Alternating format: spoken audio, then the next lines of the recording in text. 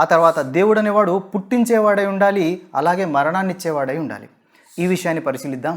ద్వితీయోపదేశకాండం 32వ అధ్యాయం 39వ వాక్యంలో, ఇదిగో నేనే దేవుడను, నేను తప్ప వేరొక దేవుడు లేడు, మృతి నొందించువాడను బ్రతికించువాడను నేనే. చూడండి, ఇంత స్పష్టంగా నేనే మృతినిచ్చేవాడనని బ్రతికించేవాడనని యెహోవా ప్రకటిస్తున్నాడు. అయితే యేసువారు చనిపోయిన వారిని బ్రతికించి లేపినట్లుగా సువార్తలలో వ్రాయబడి ఉంది. అయితే యేసు మాత్రమే చనిపోయిన వాళ్ళని బ్రతికించాడా అంటే లేదు. యేసు కంటే ముందు వచ్చిన ప్రవక్తలు కూడా చనిపోయిన వారిని తిరిగి బ్రతికించారు. రాజులు మొదటి గ్రంథం 17వ అధ్యాయం 21, 22 వాక్యాలలో, ఆ చిన్నవాని మీద ముమ్మారు తాను పారా చాచుకొని, యెహోవా నా దేవా నా మొర్ర ఆలకించి ఈ చిన్నవానికి ప్రాణము మరలా రానిమ్మని యెహోవాకు ప్రార్థింపగా, యెహోవా ఏలియా చేసిన ప్రార్థన ఆలకించి ఆ చిన్నవానికి ప్రాణము మరలా రానిచ్చినప్పుడు వాడు బ్రతికెను.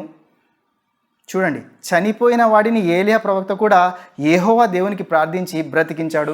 అంతేకాదు ఎలీషా ప్రవక్త కూడా చనిపోయిన వ్యక్తిని తిరిగి బ్రతికించాడు. రాజులు 2వ గ్రంథం 4వ అధ్యాయం 32 నుండి 37 వాక్యాల్లో ఎలీషా ప్రవక్త యెహోవాకి ప్రార్థించి అక్కడ కూడా చనిపోయిన ఒక చిన్న పిల్లవాడిని తిరిగి బ్రతికించడం జరిగింది. దీన్ని బట్టి అర్థమైన విషయం ఏంటంటే, యేసు మాత్రమే చనిపోయిన వాళ్ళని తిరిగి బ్రతికించలేదు. యేసు మాదిరిగానే యేసు కంటే ముందే ఇలాంటి అద్భుతాలు ప్రవక్తలు ఎన్నో చేశారు.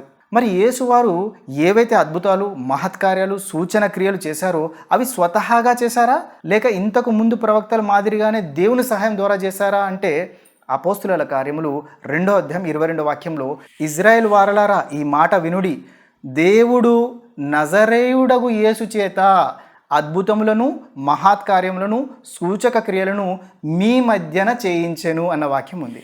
చూడండి, ఎంత స్పష్టంగా ఉంది. యేసు చేసిన అద్భుతాలు, మహత్కార్యాలు, సూచక క్రియలు దేవుడు చేయించుకున్నాడు యేసు చేత.